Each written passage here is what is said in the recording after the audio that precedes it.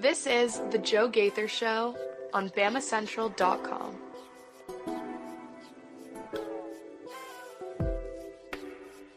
Good morning, Tuscaloosa. Good morning, Tuscaloosa, Internet world, West Alabama. How are we doing today on a Thursday? It's July 9th. We are back and better than ever. So glad you guys hung in there with us as we took some time off. It is the Joe Gaither Show on Bama Central, BamaCentral.com. You're watching us on the Bama Central YouTube channel, on the Bama Central Facebook page. You're listening to us on Apple Podcasts, Amazon, Spotify, wherever you get your podcasts. You can find the Joe Gaither Show on Bama Central. A lot of you guys are doing that lately. I appreciate that so much. We are back and ready for more action, more Alabama athletics, and we're going to talk about it with our friend Theo Fernandez. You can follow him at Theo Fernandez __ on the Twitter machine.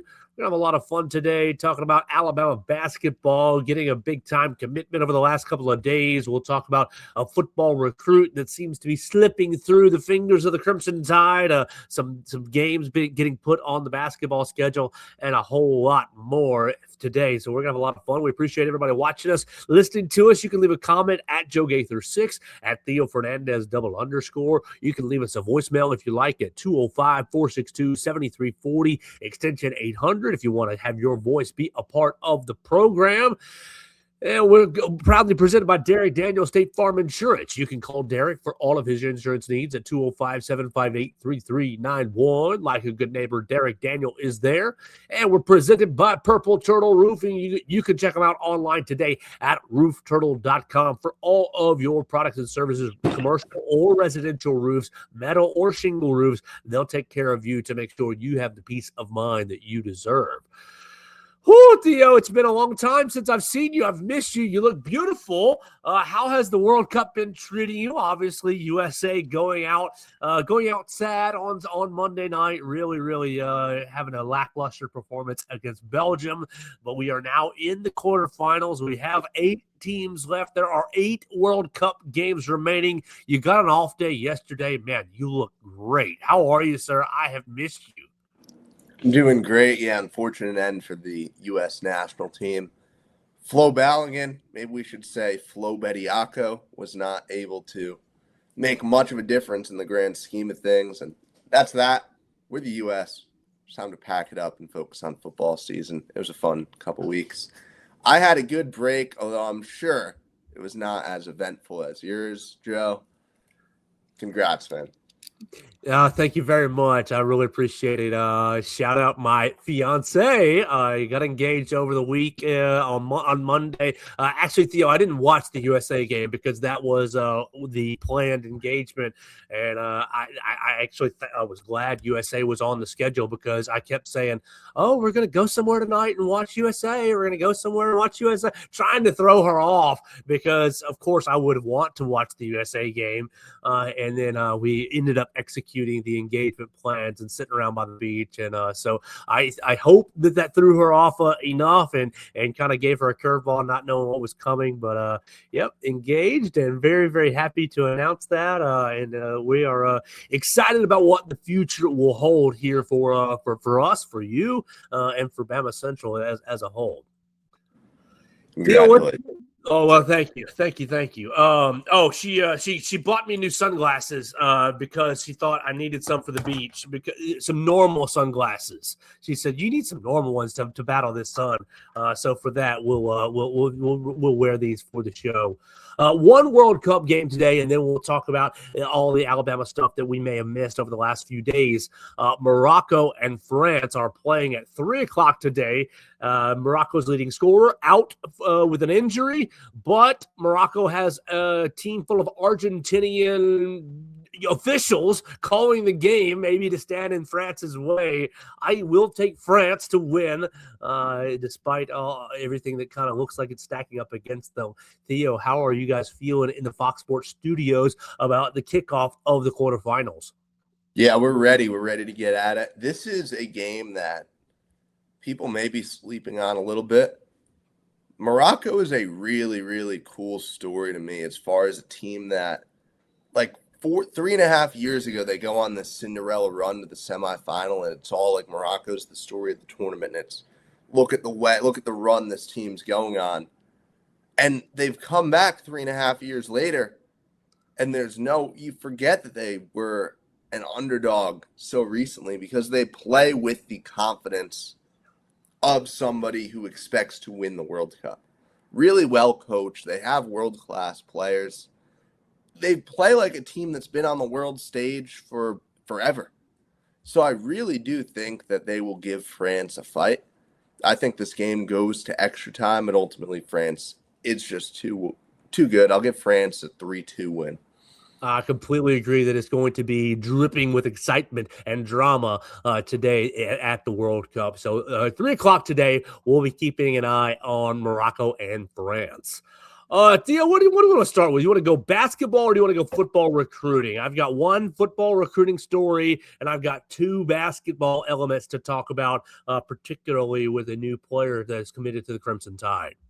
I want to spend a lot of time breaking down the basketball stuff, getting into it. So let's hit the football. That is what pays the bills here. Football pays the bills, and Steve Wilfong of Rivals Network, all the recruiting networks, has recently put out yesterday, basically said that Alabama is essentially out on the Monshun Sales deal because Monshun Sales bidding war is taking off between Indiana and Texas.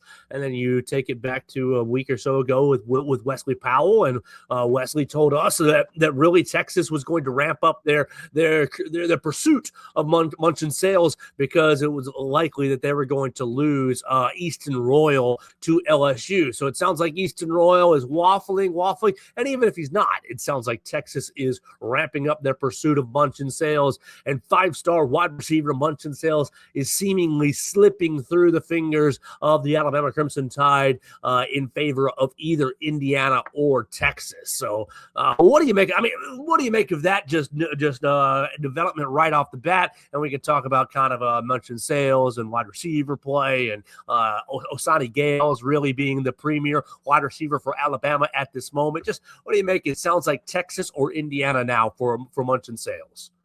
I mean, this is significant, right? Wesley, when he came on, really harped on the significance of Sales to the class, which, no brainer, right? 5-star receiver, significant. But when you look in the context of a weaker class that's caused a lot of concern around the fan base, everyone wants to jump to conclusions.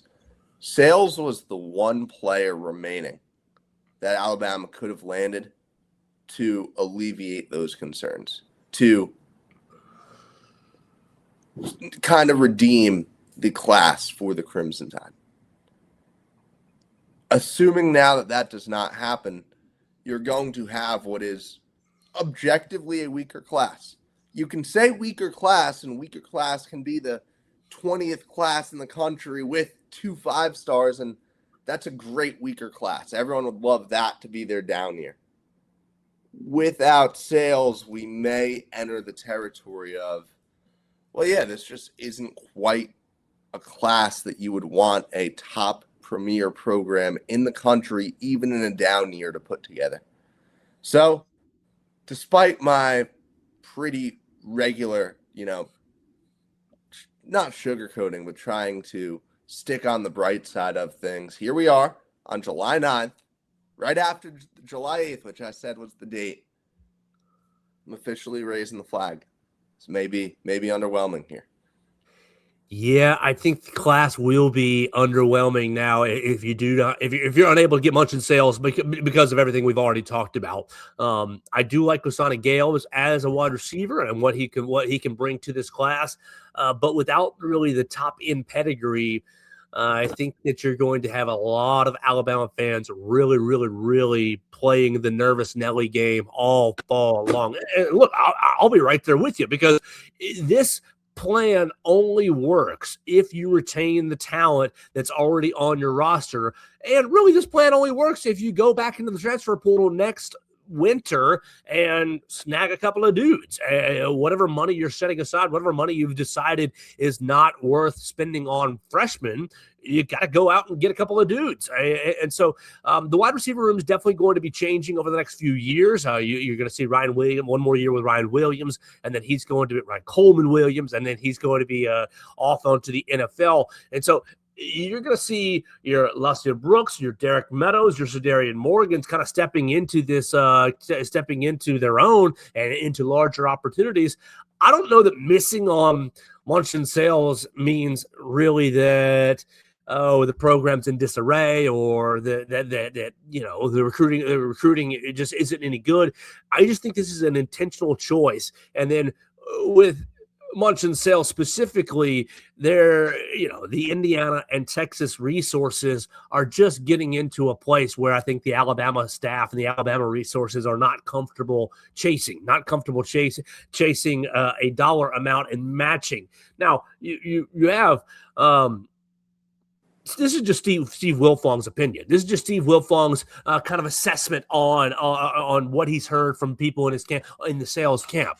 Sales hasn't really given any real interviews on the record or hasn't really talked about his recruitment. We remember it was several weeks ago where he said, "Oh, if it's not about my high school senior season, then I don't really want to talk about it. I'm focused on having a good senior season." I'm not trying to discredit Steve Wilfong or his sources at all because he's tip top in the business and he's talking to the family and he's talking to people around Monshun Sales, that sort of thing. But just because this is the statement, I don't know that it's 100% Alabama is out. I just would think that, okay, I wouldn't be holding your breath on Alabama chasing Monshun Sales. You look at other 5 stars in the most recent classes. I mean, Xavier Griffin was committed to USC for a little bit. He took an official visit to Texas and Ohio State. Zadarian Morgan took a visit to Florida, to Colorado. I mean, Jaira Edwards took a visit to Texas A&M and Oregon. Big dollars there. Dijon Lee, official visit to Texas and Texas A&M. Big dollars right there. So Alabama, I think, could still make a late play for it. It just seems like the people that have talked to Steve Wilfong, the family, some of the agents, maybe some coaching, maybe a coaching staff or two, are feeling like the dollars and the resources and incentives that Texas and Indiana are offering maybe overshadow what Alabama is offering, and so we'll see what happens with Monshun Sales going forward. And it checks out, right? We know, or Wesley actually coined, I don't know if it's his term, I hadn't heard it, the Big Six programs, which he said are the schools that can go out and spend whatever they wanted. And that was, let's get the Texas Tech, Oregon, Ohio State, Miami, Notre Dame. Yeah, those are his Big Six programs. And we know Alabama's outside that really, really top upper echelon. I also think that Sales has done himself favors by really being one of the last big-time premier players available because if you're a school with any leftover NIL that you were planning on spending for this class, well, here's the guy to spend it on, right? And I think it could create a Texas-Indiana bidding war that Alabama just has no real role in nor real desire to get involved in. We know that Alabama has a particular strategy, and you have to be really smart. And Joe, you talked about it you got to go out and get some dudes in the transfer portal, right? A year from now. You have even more money for that now because Sales was not going to be a cheap player. Any money you thought you were putting towards him, you're not going to spend most of it. It's not like there are 25 elite big-time recruits sitting out here right now to rebound to. So I really think there will be a lot more eyes on this coming transfer class for Alabama, given what we've seen this summer. Yeah, exactly. So we'll see how it develops, but it just does seem like Alabama is losing ground on Monshun Sales. Theo, you excited about college football video game that gets released today? I'm sure you're not excited. Not excited.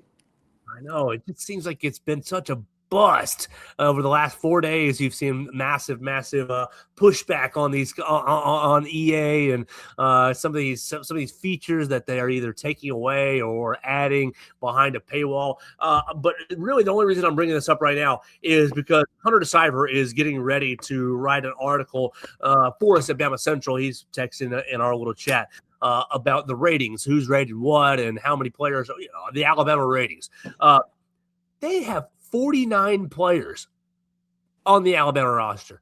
Alabama only 85, 105 scholarships or whatever, but the game only has 49 players for Alabama on the roster. Now, look, that's plenty. You only need 22, really 25 to have a starting unit on every side of the ball. It just seems like, and this is just coming to me right here in the moment as he's texting in. I'm holding off on publishing. I was hoping they would get 85 full players on here. It just seems like these folks at EA have totally skimped on this game in favor of profitability and just given it just seems like they've given a terrible product right off the bat. Wait, so is Lazier Brooks really not in the game? I saw that post. That's what it seems like. Yeah, he's how do you possibly do that as NCAA? It is crazy how much goodwill was lost in such a short period of time, Joe. Literally 2 years ago, right now, it was all anybody was talking about. It was the center of sports discourse. We were all so excited. We downloaded the game, and collectively, everyone was like, yeah, this is awesome. EA is EA. I am going to play NCAA 26 with the downloaded 2027 rosters, and I will be happy with it. Because at the end of the day, you're paying for the same game. I've seen this my whole life with Madden, and I have no desire to relive it with NCAA nowadays. So disappointing. So disappointing because I enjoyed 25. I enjoyed 26 enough. It was good. It was a good game. And I was looking forward some of the features that they, had touted, a lot of the defensive adjustments that they had touted over the last 3 or 4, 5 weeks made me excited because, I'm not as good with my thumb skills, but I was always very good with schematic. What am I going to run here? And so defensive adjustments made me happy. And now everything behind a paywall and skimpy rosters. No Lazier Brooks, no Racing Delgatti in the roster. You got like 3 random players on the offensive line for Alabama starting. Really disappointing for release day of college football 2027. I really don't get it. You literally have one job for the year. Like, that's the thing that's always annoyed me about EA, and I could rant about this for decades. Some of the stuff that they, quote, failed to do is the easiest stuff in the world. How hard is it you could hire an Alabama student to sit down and make sure, hey, here's the team. You could hire any of these writers. They could, a million different people who would love to be involved with the development of their favorite video game. It's literally just a slap in the face to anyone who plays this game, right?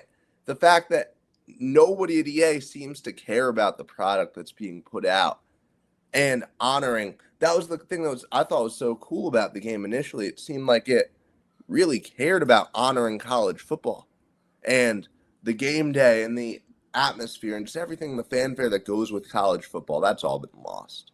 Yeah, I am almost not wanting to turn on my console today and check it out because of all the discourse in the last 48 hours. I did have early access last week. I guess it came out on Thursday, early access, Friday, early access, but I was already out of town. And so I was like, well, I'll just catch it when I get back. It's no big deal. I'm excited. Woo! New Dynasty with my team. I got a group of like 4 or 5 of us. We've got some Dynasty that we have always run. And I was like, okay, time to reset and restart. See if I can get the first national championship, whatever. And now I'm just not really excited at all to check it out based on paywalls and, microtransactions and skimpy rosters. And, It just not very fun. So if you are looking forward to College Football 27, or if you want to play with me, you can always find it at Joe Gaither 6 on the Crossplay or on the PlayStation Network. You can teach me how good you are at the game and show me a lesson, I suppose. Oh man, Theo, that one just came to me random because I'm reading kind of the day's text message. What Hunter is getting ready to write. I said, brother, I think if the roster is 49, that's what it's going to be today. There'll probably be a roster update soon, but it probably won't be today. It'll probably be 2 weeks, a month, somewhere in that range. Maybe 2 weeks into college football season. Once they see how good or bad some of these players are, they might adjust some ratings and they might add some players into the game. So we'll see, and that's pretty disappointing to keep us. The game's always a good way to get ready for the season, in my opinion. Check out roster, see who's good, get familiar with new players, and that is seemingly a little hollowed out today. All right, so let's transition and move over to basketball, because Alabama basketball got a huge commitment and reclassification in the form of Anderson Diaz. Anderson Diaz reclassifying from the 27 class to the 26 class, and he is going to be basically five-star point guard and going to come in and just follow the same path as who was the reclassification last year. Collins Onyejiaka was the reclass last year. I believe didn't Kyra Lewis reclass into it. I believe Josh Primo reclassed into Alabama as well. But Anderson Diaz, we talked about him several weeks ago when it was first kind of, he's on Alabama's radar. He's being pursued. He's getting close. We talked about him as a potential Aiden Holloway safety net, Aiden Holloway security blanket in case Aiden Holloway doesn't get his legal issues sorted out. Aiden Holloway is on the front. It's on the front end of the legal issues being sorted out in a diversion program. You're still going to have to go through drug tests and go through several steps in the diversion program to be cleared from everything. But basically, Nate Oats is saying, okay, if Aiden Holloway can't do the right thing for, 6 months probation, a year probation, whatever it is, if he can't do the right thing and get himself back on the court this fall, well, we have a point guard that can help Amari Allen run the show for the Crimson Tide. This is incredible news for the program. It's just funny looking back at, I remember when Diaz first committed, what I said was, well, you need one of three things to happen. First, number one, which I thought at the time was unlikely, was Amari Allen deciding to return. I was fully convinced for a very long time that Amari Allen was NBA bound. You got one the fall right there. Second was Aiden Holloway. Are you going to get him back? I thought I was pretty 50-50 on that. I think you're going to get him back. I do. It seems like he should be. Yeah. Seems like everything's been done for him to play basketball for this team. And then I said the contingency, if you don't get Aiden Holloway back, is okay, you reclass Diaz to be one of the guards on the roster for this team. And now you've done it either way. And I think it's a smart move. I think it makes a lot of sense. This is an incredible recruiting class, Joe. It's crazy because you're number 4 in the composite now with Diaz's commitment. You would be either, I'm not sure which, either number 2 or number 3 if Cole Clore counted as a freshman. Cole Clore is basically a recruit, somebody that you're bringing in. This is an elite class, a program-defining class, and I'm up here on this team, Joe. I am about as high on an Alabama team as I've ever been. This is going to be, I think, one of the most fun basketball seasons we've ever seen.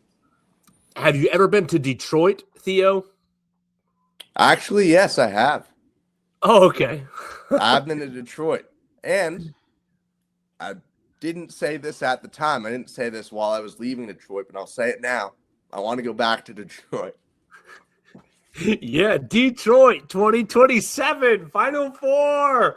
I think that you have the makings of just an incredible roster coming together. Now, you need the defense is you need the rim protection and rebounding to be to be determined if Drew Fielder is going to contribute to that or if it's all going to fall under the Mississippi State transfer Jamarian Davis Fleming, if it's all going to fall to the Kentucky transfer Brandon Garrison. But you need the defense and rebounding. I think you've got a perimeter defender in Jackson Richardson. I think that you have got yourself multiple ball handlers who can take the load. I do expect Aiden Holloway to be fully available for Alabama at the start of the season, and I know that's going to upset so many people. It's going to upset. Oh, it's going to be wild how many people just get absolutely their hair on fire, butthurt about Aiden Holloway playing. But, the legal system sometimes is great and sometimes it's not. And in this case, Aiden Holloway, with it being his first offense, did qualify for a diversion program. Now it's a hell of a first offense, but you qualified for the diversion program. You just got to see it through, Aiden Holloway. See yourself through the drug tests. See yourself through the community services. See yourself through the educational portions of that. And I do think that he will be back on the court for Alabama to start the season. And so you're looking at a roster that I think is really, really solid. I mean, you're looking at let me pull up the basketball. You're looking at Aiden Holloway and Amari Allen. You're looking at Jackson Richardson. You've got, Jamarian Davis Fleming and Drew Fielder maybe as your starting five. I mean, you are. Davion Hannah transferred out. Who else? All right, London Jimison's back. I mean, he's going to be he's back and probably going to be a lot better. So he's going to be fighting for a starting position. Keaton Bristow healthy. I don't even want to prognosticate what he could be or could not be because of how up and down his season went last year. Collins Onyedjiaka, if you can get his heart condition cleared, I think you have a full, deep roster that just looks at Detroit as the goal. Detroit or bust, baby. It's funny. I said last year that I thought London Jemison could return as the third leading scorer on this Crimson Tide team. Now I thought that him returning would mean that a lot of other guys had left. I didn't think he would be returning alongside Amari Allen. So I might have to bump that down a little bit. But I'm bullish on London Jemison. I'm very, very high on what an offensive breakdown for him could look like for him, and also just what the flashes he showed of being a true team offensive player last year. I believe that we're going to see a more complete version of that this year. We're going to see a less, I get the ball, time to end the possession, because I love watching that, but you have to play within the flow of an offense, and you'll get plenty of shots in this system, London, and I think everyone's starting to realize that down the stretch last year. I'm very, very excited for what this team can do. I'll tell you, if Aiden Sherrill was on this roster, this would be a top 3 team in the nation. I'm not exaggerating at all. Makes the decision. Did we ever talk about his comments? Did we ever talk about his comments about Indiana getting more of an opportunity at Indiana? I don't know if we did. I remember seeing those, but it was ridiculous. I tweeted about it, and I didn't know if I brought it to the show or not. And so if I have, and you're the audience and you pay attention, I apologize to recap this. But goodness gracious, he said to whoever he was talking to, indianasports.com or whatever, they promised me a bigger role at Indiana. And I don't know how in the world you could have a bigger role than Aiden Sherrill had last season at Alabama. It was as many minutes as you could handle, Aiden Sherrill. As many minutes as you could handle, and as many minutes as you could handle without getting into foul trouble. I mean, his physical condition was one issue. He had couple games, full body cramps, and I can't go. And then more often than not, it was foul trouble. I'm sure there's some element of, I'm going to have my back to the basket at Indiana. They're going to throw balls in the post, and I'll be able to show my post moves. Okay.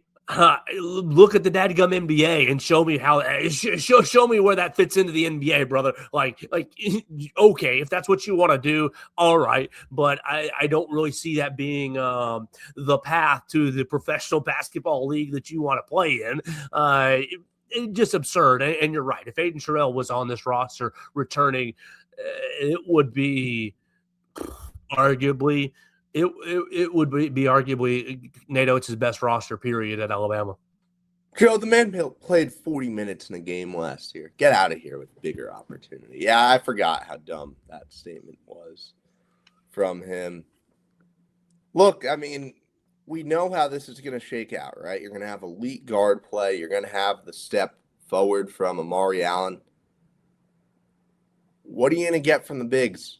What are you going to get from the bigs defensively? What are you going to do in your SEC tournament semifinal game against Florida? I mean, I do unfortunately have to place a glass ceiling on this team until I can see the bigs compete with another physically dominant roster. Yes. I mean, completely. Because the years that Alabama has made deep runs and long runs, the defense has been really, really, really top notch. And even the year that Alabama went to the Final Four, they didn't have good defense, but then they played extremely efficient defense in the tournament. So you're going to have to be able to find it on that end of the floor, and you're going to have to really, really improve the rebounding. So it's all really on the Cole Klors, on the Drew Fielders, on the Jamarian Davis Flemings of the world. And so we'll see how they all assimilate. What are you going to get out of Keaton Bristow? I mean, you remember all the nice things I said about him after the Illinois game, Kenneth Fareed, and then was basically unavailable the rest of the year due to some injury issues. So we'll see if he can stay healthy long-term for the Crimson Tide. Now, 2 games got added to the schedule while we were gone. Alabama will be playing Samford, the Bulldogs. So you are playing an in-state school, which is nice. That'll be nice to play the smaller programs in state. I hate playing small programs, but you have to. You just have to in basketball here and there. I would prefer to play the Jacksonville States, the Samfords, the South Alabamas of the world, the UABs even of the world. So I'm very happy that you are getting Samford on the schedule. But more important and more marquee is you have a date. And this was already known, but you have a date, and it is official.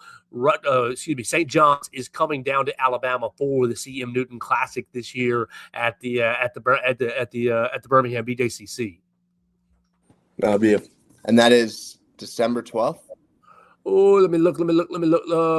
Yeah, it is. Later in the non-conference schedule, if my article comes up from what Hunter wrote, it is December 12th. Yes, exactly. December 12th. There we go. That should be the little off week after SEC championships where you're waiting, because we need to sit and wait for 21 days before we play a playoff game. We know how this goes. Oh, you heard it here first. Theo's predicting Alabama in the playoffs. Oh, man. Thanks, Joe. Thank you. Well. But, yeah, now you have – look, I'm excited. You guys know I'm from New York. I grew up on Big East basketball. So, for me, getting to see St. John's and Seton Hall in the same year is incredible. I love Rick Pitino. I think he's one of the greatest – he is one of the greatest coaches of all time. Don't try to deny it. And he coaches very fun teams.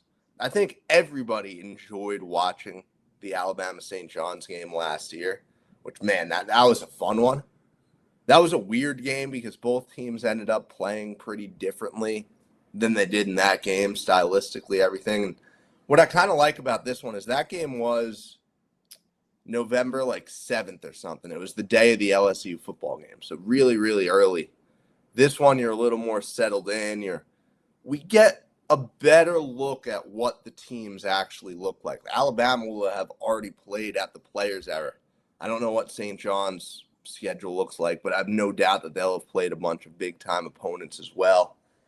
And it really is the final tune-up before conference play, right? Because, late December, you kind of go into hibernation mode, playing a bunch of – you'll play a game a week, you'll play lighter opposition. So this is really the final look before conference play, final chance to tune up some stuff, and also just to play an incredible basketball game. Now, I think it's kind of not cool that St. John's gets to play that game at the Garden while it counts as a neutral site. I'm not a fan of the Birmingham games at all, but if there was a time to have one, it is December when the students are gone. I understand that you want to have one once in a while, and it certainly works for a neutral site, but I wish that game would be held at Coleman with everybody rocking, but I will be there in Birmingham. Well, I agree with you. It would be it'd be fun to have it in Coleman, but I've come to love the BJCC games because you just have you have a really nice crowd over the last handful of seasons that want to get in there and support the Crimson Tide. People from North Alabama, really the Birmingham faithful crowd that always is driving down to Coleman Coliseum. I think the atmospheres have been really nice. I felt the buzz in the arena last year when Arizona came in and drummed you. But you've had some good performances there, and you've won some games in this competition.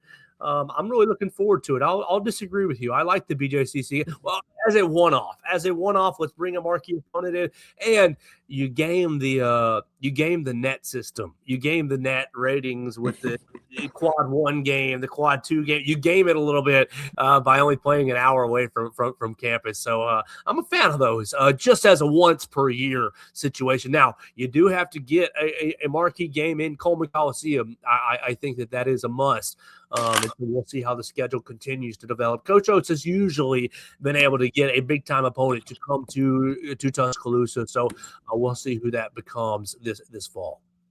Let's do a little rundown, I guess, real quick of the non-conference opponents. Do you have it pulled up, Joe?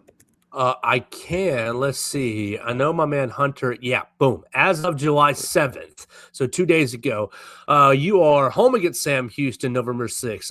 There we go. Home against Seton Hall on the 13th. You are home against Kennesaw State on the 17th. Then you're playing in the Players Era Tournament 24th, 26th, and 27th, and 28th. If you're still playing, right? Then the 21st, you're playing at Miami in the SEC. December 2nd. I'm going too fast. December 2nd, you are playing at Miami in the ACC SEC Challenge. December 12th, you're playing St. John's in BJCC. And December 21st, you're playing Iowa in Des Moines. I mean, that's a nice schedule, first of all. It's a good schedule. A lot of it's contingent on, first of all, Gonzaga beating Kansas State, because I know you'll play the winner of Gonzaga-Kansas State at the Players Era. And then also your third game at the Players Era, knock on wood that you get it, also being you get 3 and then maybe 4, right? So your third game. 26th, 27th, 26th and 27th. You get the 24th, you're versus Baylor, right? That's the opening game. Yeah. 26th, winner of Gonzaga, Kansas State, if you win. 27th, you have a set of teams, and the 28th, you have a set of teams. So you got to keep winning. Yeah. Okay. So you'll get good opposition there. Seton Hall would be a quad 1. It should be quad 1. I think Seton Hall and Shaheen Holloway, People's coach, I think they're going to take a step forward. Showed some nice flashes I thought should have been in the tournament a year ago. And I think absolutely it will be a tough test for the team. These Big East teams don't go down easy. So that'll be a fun one. Iowa, we just saw go on that run, Joe. Me and you were front seat. We were about 5 feet away from Fulgaris hitting that shot to win it, knock off Florida. That was such a cool moment, man. Yes. That was awesome. So it's a nice schedule. Add one more team. I'm happy. I'm tired of the ACC SEC disrespect, man. I don't like it. What more does this program have to do to get the Duke, to get I know people were tired of playing Carolina. Why? Why would you ever get tired of playing North Carolina? I mean, I think Alabama should be playing the class of the ACC every single year. I don't think a game against Miami really does it, but we'll see. You also have Houston in the Jimmy V Classic, but that date is not quite set. And then you will play You'll play South Florida as the second part of the home and home series with South Florida that you schedule with Brian Hodgson. And I would expect a date with Providence to be added to that schedule, also to continue playing some of your assistant coaches. 3 Big East games in 1 year, man. I'm in heaven here while covering this team. There we go.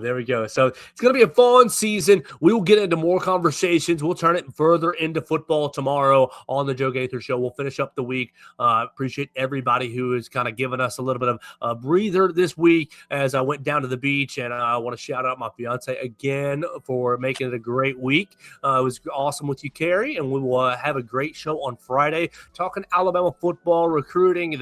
Alabama got a 2028 linebacker. We can talk, Theo. Let's tease this. We can talk. People are so concerned about the recruiting, and we have been too. We've made it a conversation point almost every day for like 3 weeks now.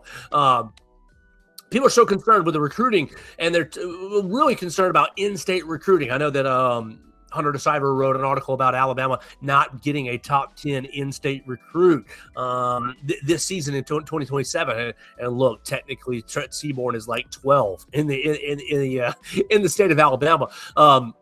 I want to look at the 2027 class in Alabama and the 2028 class in Alabama, where they stand nationally. Because if my perception is right, Theo, I think there's only a couple of top 100 recruits in the state of Alabama in the class of 2027. I think there's a lot more in the class of 2028, which further takes you down the path of, hey, let's pump the brakes on this class, let's retain our talent, and then let's reload up in 2028. So I want to look at that a little bit tomorrow. We will react just briefly to France and Morocco, and we will set up to Friday's World Cup game as well, as we are in the last 8 more soccer games. Look, I know if you're tired of the World Cup conversation, come catch us in 8 more episodes, because there are 8 more soccer games, and we will be talking about it because it moves me in my soul, and I know Theo his eyeballs are bleeding with soccer, so we'll continue to talk about that as well. Follow Theo Fernandez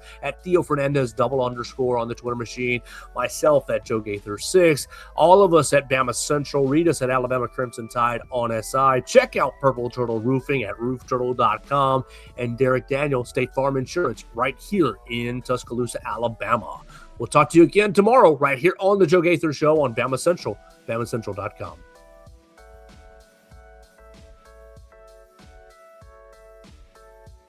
Thanks for joining us on today's edition of the Joe Gaither Show on Bama Central. Keep up with Joe on all his social media pages at Joe Gaither 6. Subscribe, rate, and review the show on Spotify and Apple Podcasts, and be sure to read us daily at BamaCentral.com.